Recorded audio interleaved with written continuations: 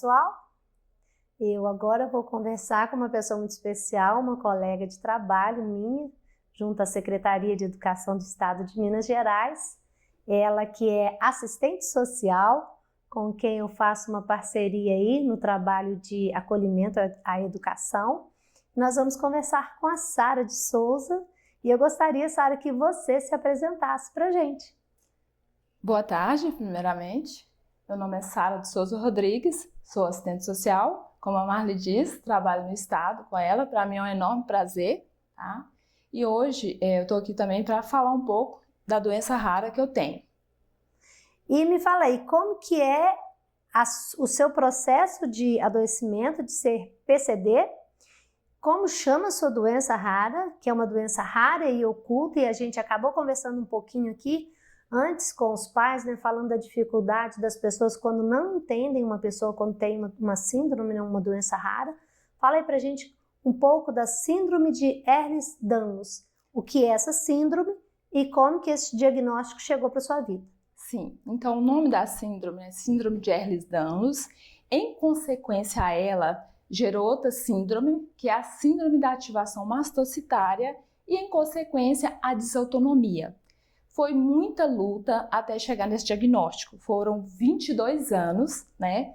Eu tive esse diagnóstico com 36 a 38 anos, começou esse diagnóstico, certo? Começou com um diagnóstico simples até chegar, né, naquele processo realmente que conseguiu identificar a raiz do problema. E como é que foi, Sara, esses 22 anos de uma pessoa que já experimentava sintomas, sinais, desajustes? Como é que foi essa sua luta diante de uma doença que as pessoas não identificavam, porque olham e olhamos para você, identificamos essa mulher bonita, dinâmica, capacitada, mas aí como é que foi esse diagnóstico até esse processo de 22 anos? Sim, logo imediato, quando você fala isso, vem na minha cabeça o capacitismo, né?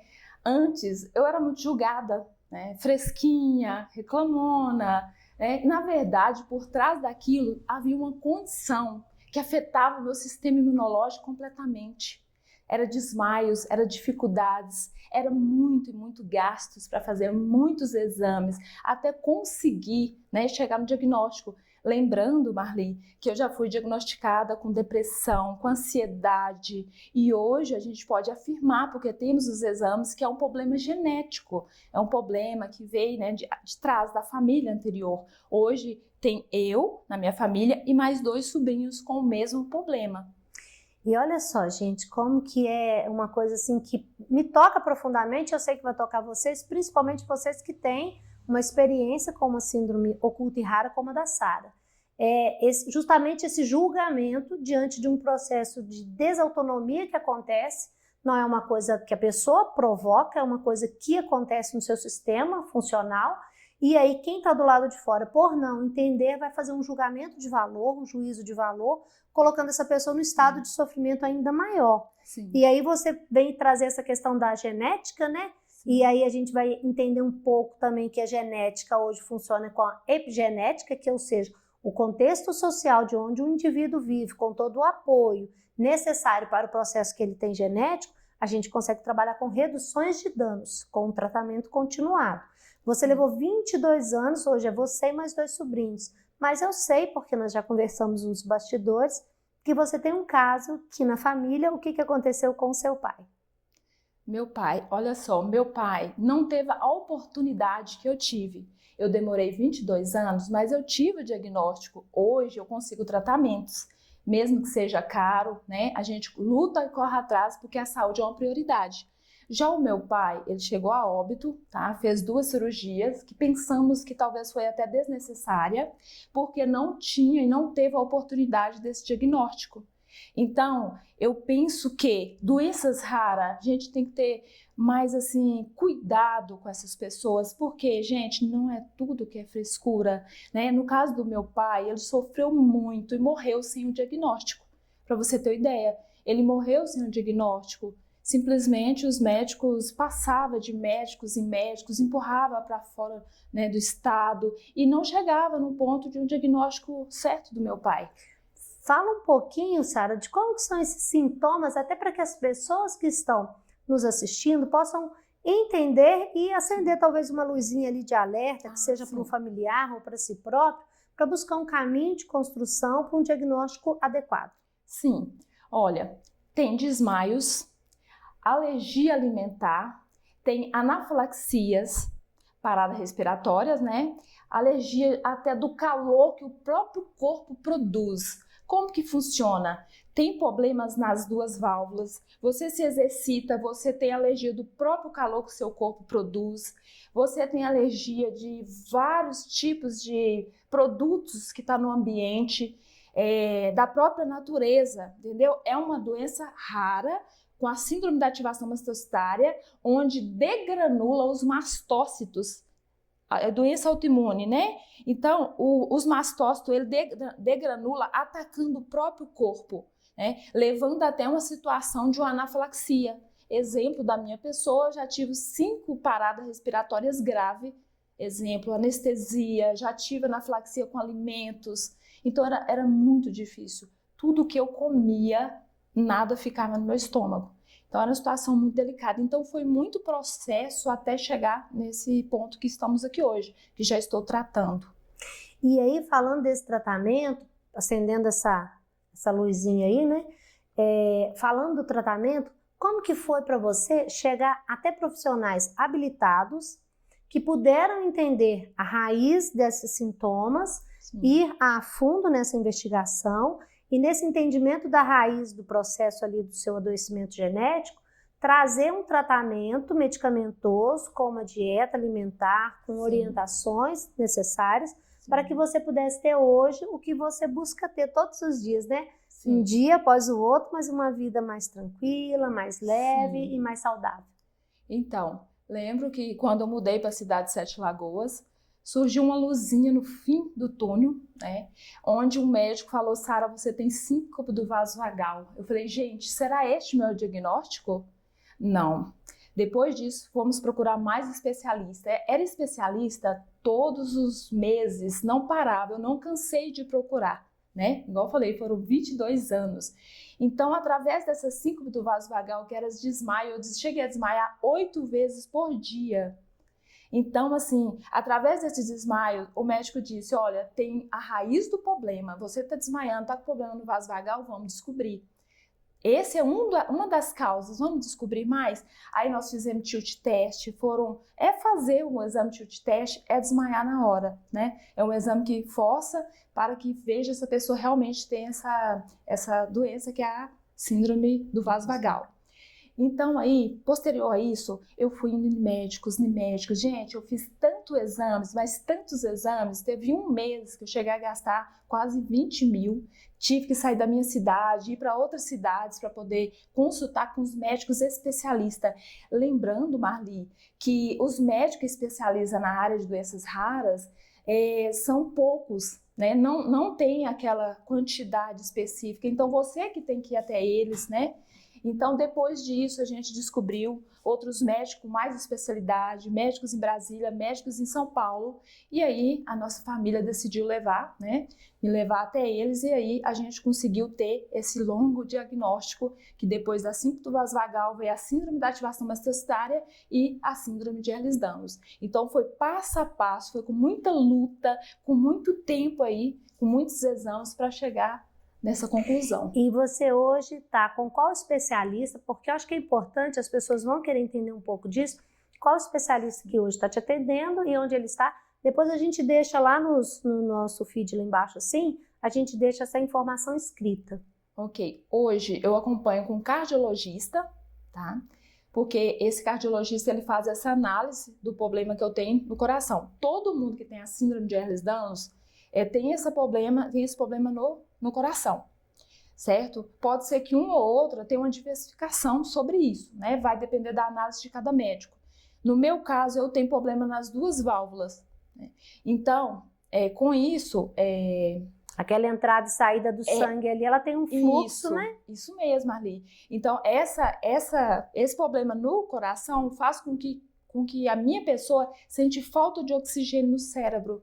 Você vai perceber que agora, neste momento, eu estou bem, mas a qualquer momento eu posso começar a ter um desequilíbrio, eu posso começar a sentir um sono, eu posso começar a sentir uma moleza, é onde o meu sistema nervoso central está parando de funcionar corretamente, fazendo com que então gere essa desautonomia, porque as minhas válvulas, por exemplo, ela não funcionam adequadamente. Das pessoas funciona abrindo e fechando, fazendo com que o fluxo de sangue passe adequadamente. No meu caso, ela não funciona. Então, pode ser que nesse momento ela esteja funcionando um pouquinho bem, nesse momento eu estou bem.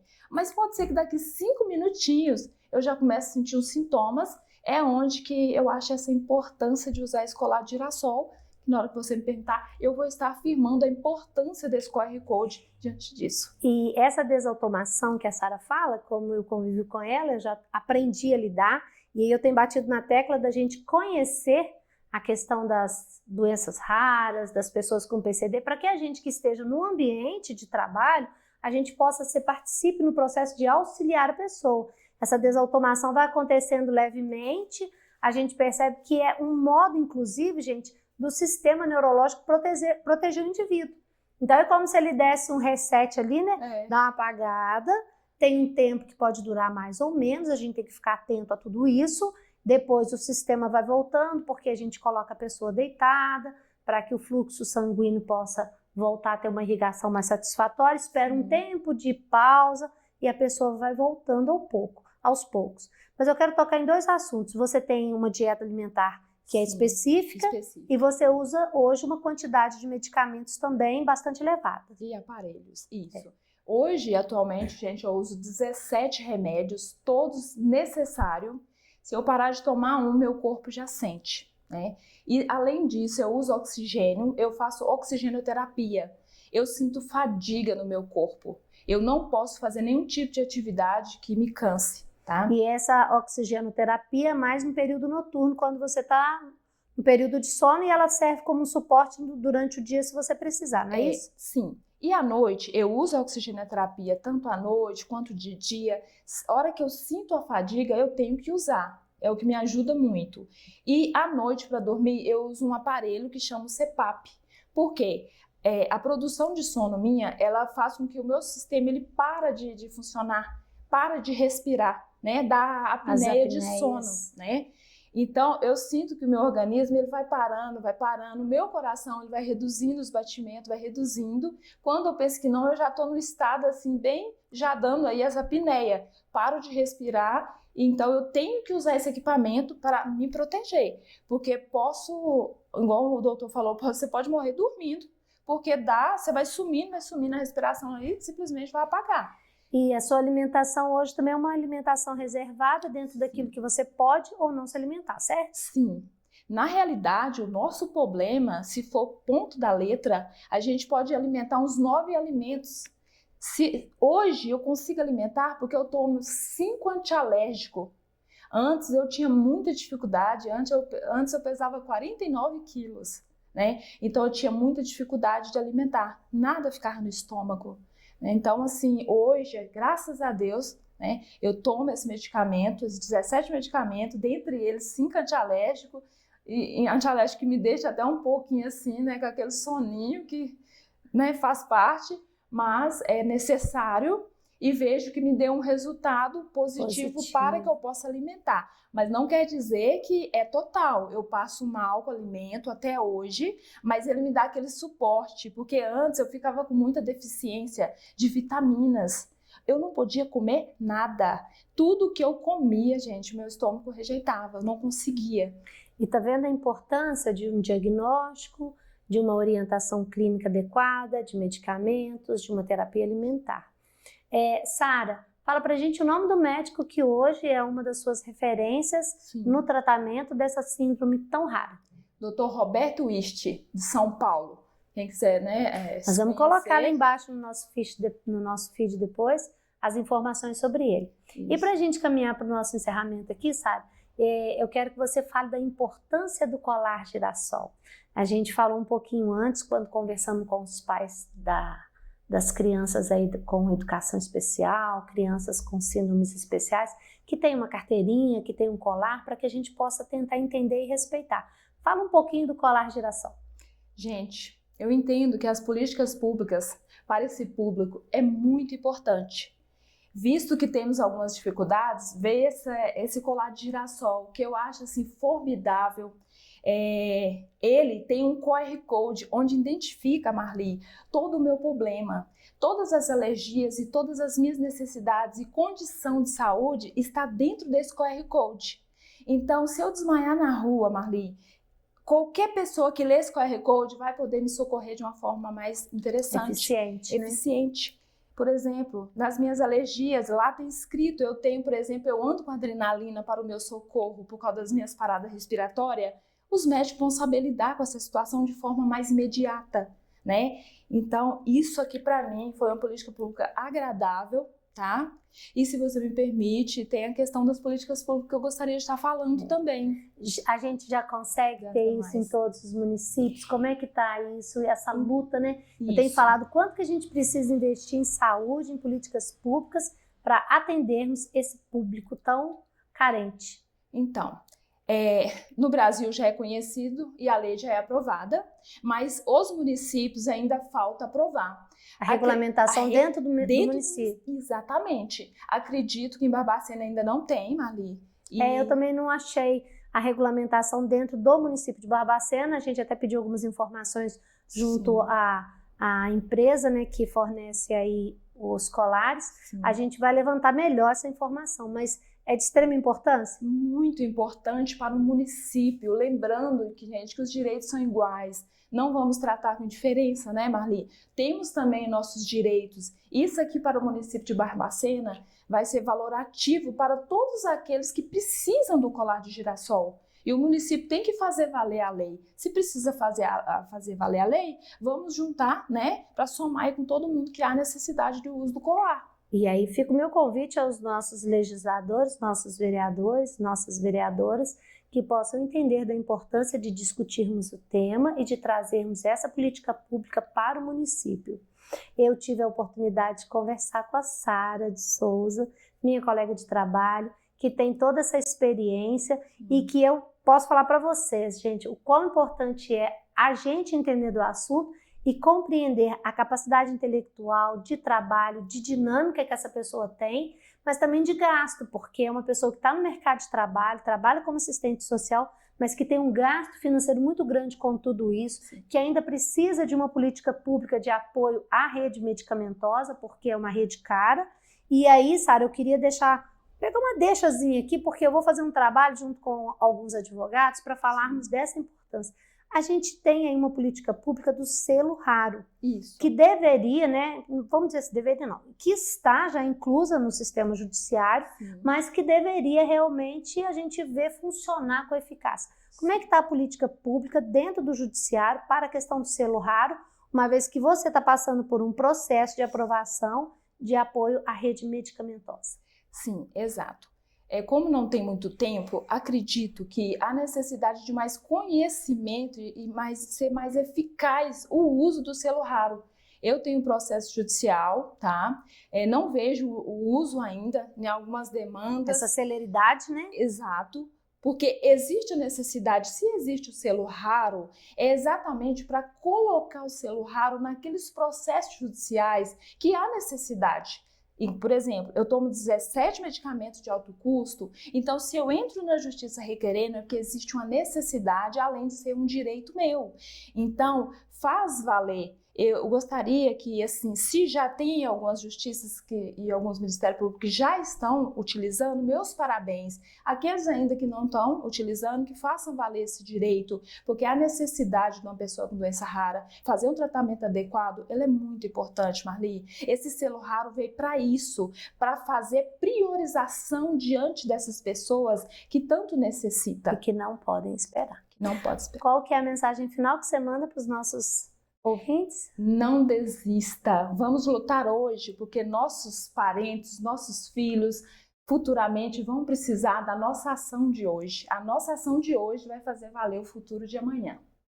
Que lindo isso, né, gente? É tão bonito a gente ver que nós estamos construindo um caminho, não é só para o nosso bem-estar, mas é para o bem-estar daqueles que estão diante do nosso futuro. Um abraço a cada um de vocês e agradeço imensamente a colaboração de você com esse nosso trabalho de reflexão sobre PCDs, doenças raras e ocultas. Um abraço a cada um de vocês. Muito obrigada.